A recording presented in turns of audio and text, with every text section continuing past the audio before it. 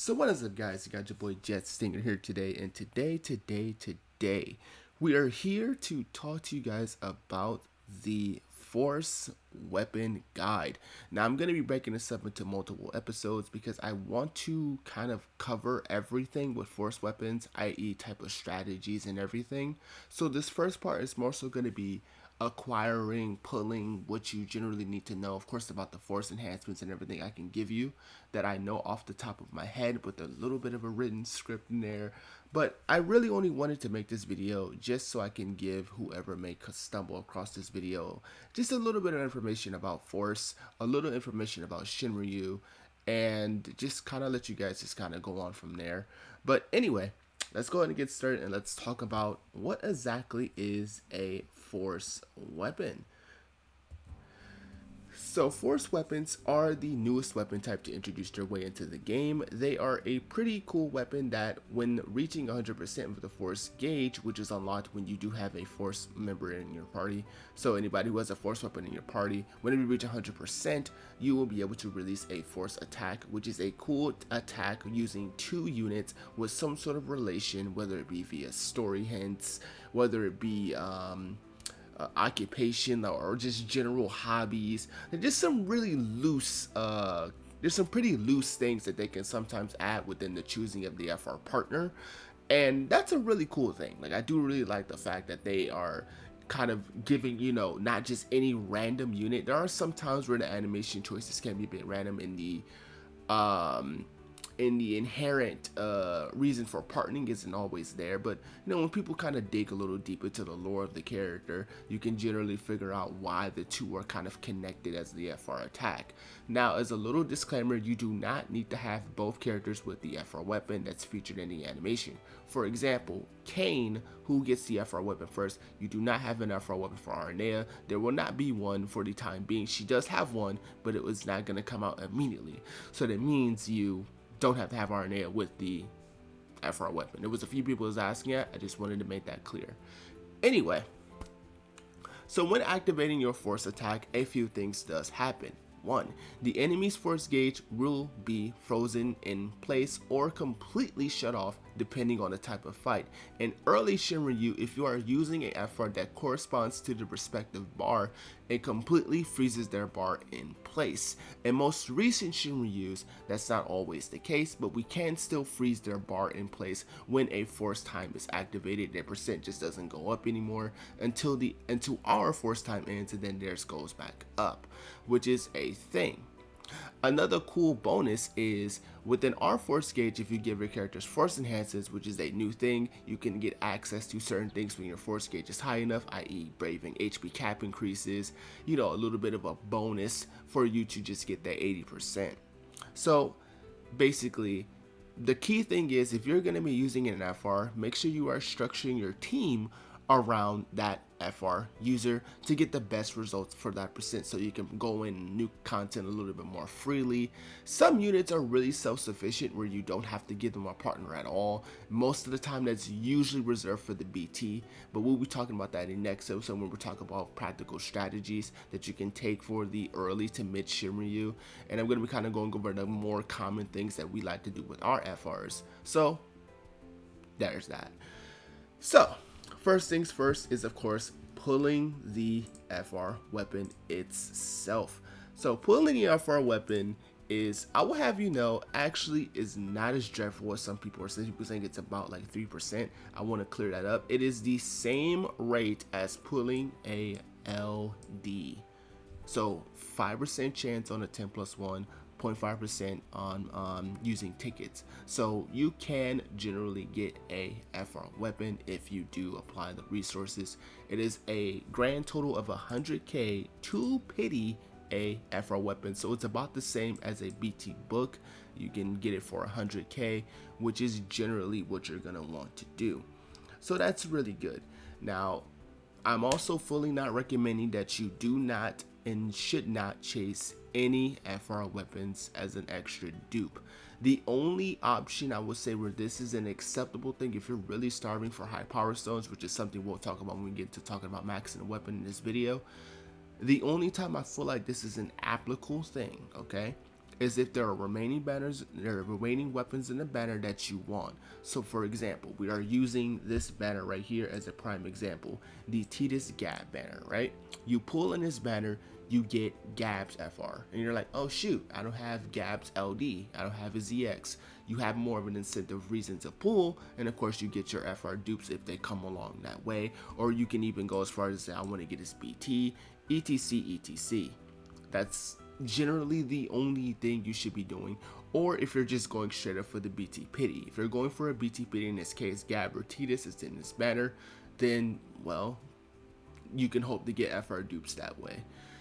The general acquisition of high power stones can be a bit limiting for the first month or so because they don't give them out in Shinryu's. Global might change that. We don't know. You know, Global likes to do little things a little early, so they may start giving you high power stones from there. They may also upgrade the chocobo board panels because currently in Japan, you can get high power stones from the following methods: chocobo panels, which is two every 2 weeks when the board's reset.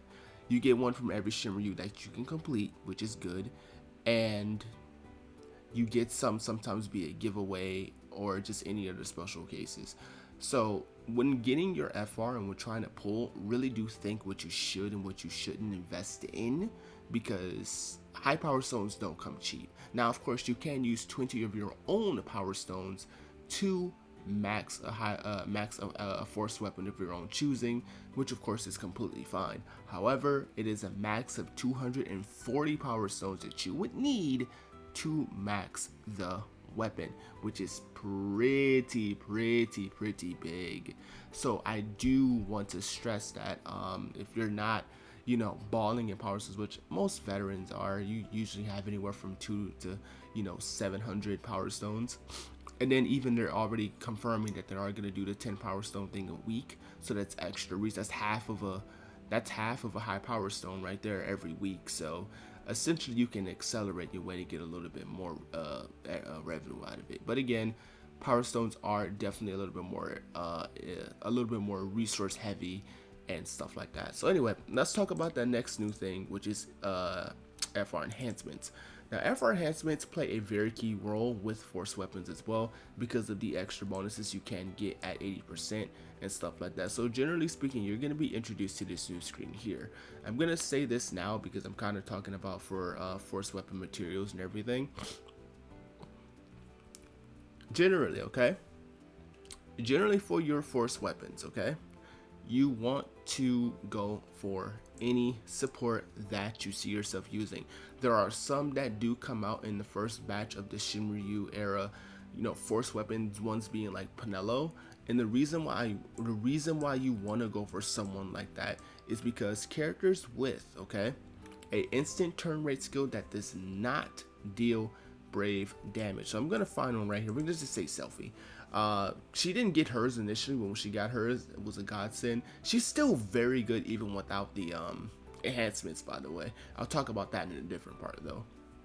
But you typically want to take a unit with a skill that has instant turn rate. That's usually like for healing, brave gains, anything like that.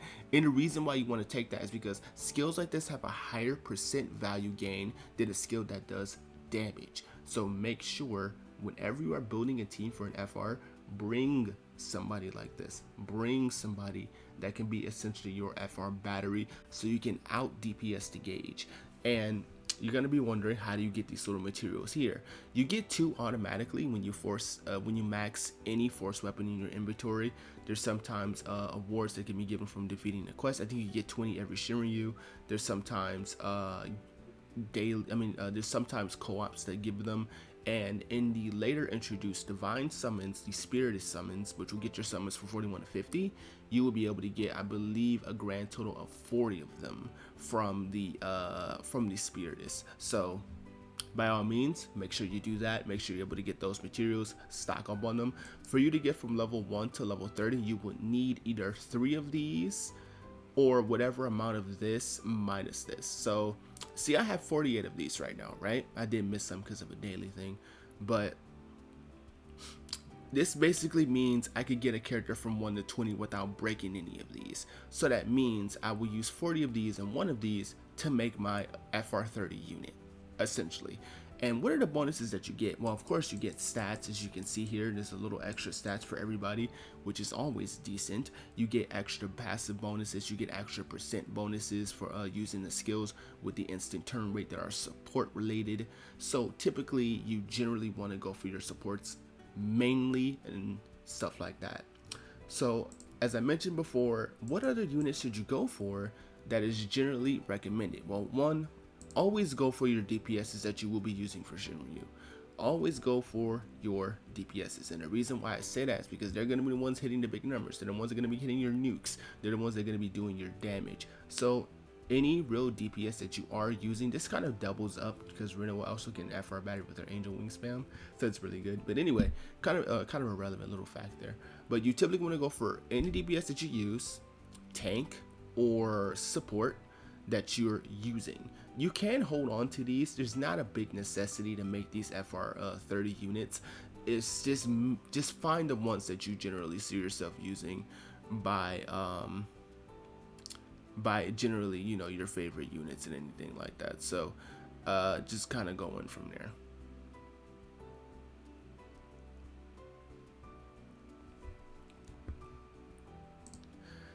So let's go ahead and talk about maxing your force weapon. Now, I did talk about this earlier where I said you need a max of 240 power stones to max a weapon. So is it really worth to max the weapon? So we're going to go here and we're going to go in our Ash and we're going to just take a look at these. So this is the stats you would get if I were to max my Ash, right? This is what a maxed Ash weapon would look like. And before you guys ask, yes, it is better than to be using this in the EX weapon, but I will talk about that towards the end of this video. But anyway, this is generally what you get if you do max out the weapon. It gets a little blue sheen, which I believe I can show you because I do have Jesse's maxed, I believe. So as you can see, Cecil DKC, and yeah, it has that nice little blue sheen. It looks a little cool, you know. It just generally looks a little, you know, nice on the fly. It kind of goes with your characters that are blue armored as well. If you have them level 60 armor, then it kind of goes with the coloring of that, which is pretty nice. But that's generally it. Now, should you go and pull every FR? This is the big question that a lot of people have been asking. As someone who is a dedicated puller, me, I do love to pull for any and every banner because I just love the experience of pulling on gacha so much. I'm kidding, guys. Gacha's still fun for me. I like risking my odds anyway. But I honestly want to say this. I don't think you should, because out of the current, I think 50 FRs, I've only missed 4, I believe. So that's 46 FR weapons, and I've maxed them all outside of Ash, because I don't know, I just have some apparent hate for Ash. I don't know. I like Ash, actually. She's actually pretty cool. But the big thing here is that it gets very heavy on your resources fast, because they're releasing an FR weapon every week similarly to LDs, and of course every character will get one. So it's very heavy on your resources. Outside of I think the 12 ones that you should get for free for just the initial, because that's what they did for us on JP, and I think you're getting 4 more extra from a campaign that will feature Kane's video. So you should be getting 12 and then getting another 4, and then you just kind of go from there. They dry up fast. They dry up very fast. And you can also ask if you want to sell your FR weapon, which again, talking about that a little bit later. But yeah. So maxing your FR weapon, what are the benefits? So the benefits are similar to a LD weapon and an EX plus weapon. Every single limit break gets you some sort of passive that can improve the conditions. Namely, your first limit break is always an additional use. This one's usually more approval of the gains that you can get. It also gives you +5 action. Now, what I mean by +5 action is initially on any sort of FR that you will get, it is only 5 actions, okay? 5. But if you max it, then you get to 10, you get the better percent, you get the better values. So make sure you do max out your FR weapons. Do not try to be 0 out of 3 and try to make it work. That does not work, unlike, you know, certain EX plus units. No, that does not work. But anyway, there's that. So let's talk about the differences between FRs and the EX weapon. Now I'm going to be using my Jessie as a prime example because she has her FR weapon on, and you can kind of see the difference in stats. As I mentioned before, the FR weapon technically is the best in slot for characters now, but this is what she would look like if she had her EX weapon instead. I personally keep EX weapon on her. I just had it on because I was doing a different version of this video. But as you can see, there's a little dip in stats here. Now, there's a few things I want to note. Personally, okay, this is personally coming from me as a person who has went and maxed them. Again, this is not me referencing what you should do in your account. It's completely up to you. I've sold most of my FRs. As you saw when I went to show my FRs, I didn't have much. I didn't have many of them. I only had like 3 in my inventory. But the reason why I say that you can sell them, and this is my own personal take, is I don't think the stats from a boosted weapon from EX plus to FR really make the unit stand out anymore. Like, I feel like if you are dedicated to go 60 out of 60 on your weapon and keep it as your main slot, it's essentially giving them another spear. And to this day, spears aren't even that irrelevant. I mean, they're not relevant generally. I mean, spears, they're cool, they're great as extra bonuses, and sometimes they add cool utilities to characters like Kadash, giving him a 4th golden debuff, for example. But most of the time, or giving Vayne a dispel on S2 since he's always breaking things in LD. But I don't think it's really that worth. You know what I mean? Like me losing just a little bit under a little bit of attack for Jessie, a little bit of Brave, you know what I mean? This doesn't really break Jessie. This doesn't make Jessie feel any less solid as she would with the FR weapon. So I generally don't think that you can keep your FRs. The devs did say that it is safe to sell your FRs if need be, and the reason why I say that is because they did confirm they won't be doing any sort of FR plus shenanigans. They did the same thing with LDs. There was no LD weapon plus. They just pretty much are going to put it into a new board, which is the same thing for LDs. So if you don't necessarily want to keep your FR weapons outside of the ones from BT, because BT still is the best in slot weapon for BT characters, then you could essentially sell it. Another reason that you can also sell your FR weapons is your ultimate weapon selection. Now, of course, you will not be able to have all 16 weapons maxed out, but a lot of people have went for their choices, whether it be for favorites, for meta, just for general preparing, and certain characters you can get away with just not, because oftentimes when you create teams, you may not run 2 of the same weapon type, which means, for example, say I'm using DKC, Jessie, and Onion Knight, right? I'm just naming 3 random because on the top of my head. DKC's greatsword, Jessie has a gun, and Onion Knight has a sword. If I had ultimate weapons for all 3 of them, then I generally would not need to equip the FR on either of them. I can give them ultimate weapons and the FR is just sitting there to be sitting there. But of course, if I use 2 gun characters, like for example, King and Jessie, then that would mean, okay, somebody's got to get the gun, somebody's got to get the FR. Obviously, King doesn't have an FR yet, so yeah. But it generally comes up to the person and purposes if you want to keep the FR weapon. I'm a bit shaky on it. Selling the FR weapon does get you 4 high power stones in return, which is something you'd want, to be fairly honest. It's something you'd want. 4 high power stones. 4 high power stones, which is not bad. Not bad at all. Not bad. So, admittedly, if you want the 4 high power stones, I mean, it's up to you. So, in the long haul, what is it that you generally want to do here, okay? What is it that you generally want to do when pulling and investing your FR weapons? Make sure you have a well grasp of your resources, okay? Know what you have from your power stones, know what you're going to be building up, and know what you can work on. Know what you're pulling for. Don't be afraid to ask any questions. Don't be afraid to go through any resources to say, okay, whatever, should I pull for this FR? Should I pull for this? When we telling you what you pull for, I may do a video kind of breaking down the first month of FR, see where that goes, if I'm feeling, up to it. But for force weapons, okay? Force weapons generally are just a cool way to go into that. So that's generally it for force weapons, and I hope you guys did enjoy the video. And I'll see you guys next time with more stuff. Now, in the next video, I'll be kind of talking about the strategies of FR weapons and everything. So pulling, investing, we did that. We talked about the resource gain. We talked about whether you should or if you shouldn't go for force weapons. I may have missed a few things in my notes, but don't be afraid to leave it in the comment section. If you find it, I'll find your comment, I'll heart it or pin it, depending on, you know, the significance of the comment. But anyway, it's been your boy Stingren. See you guys next time. Peace.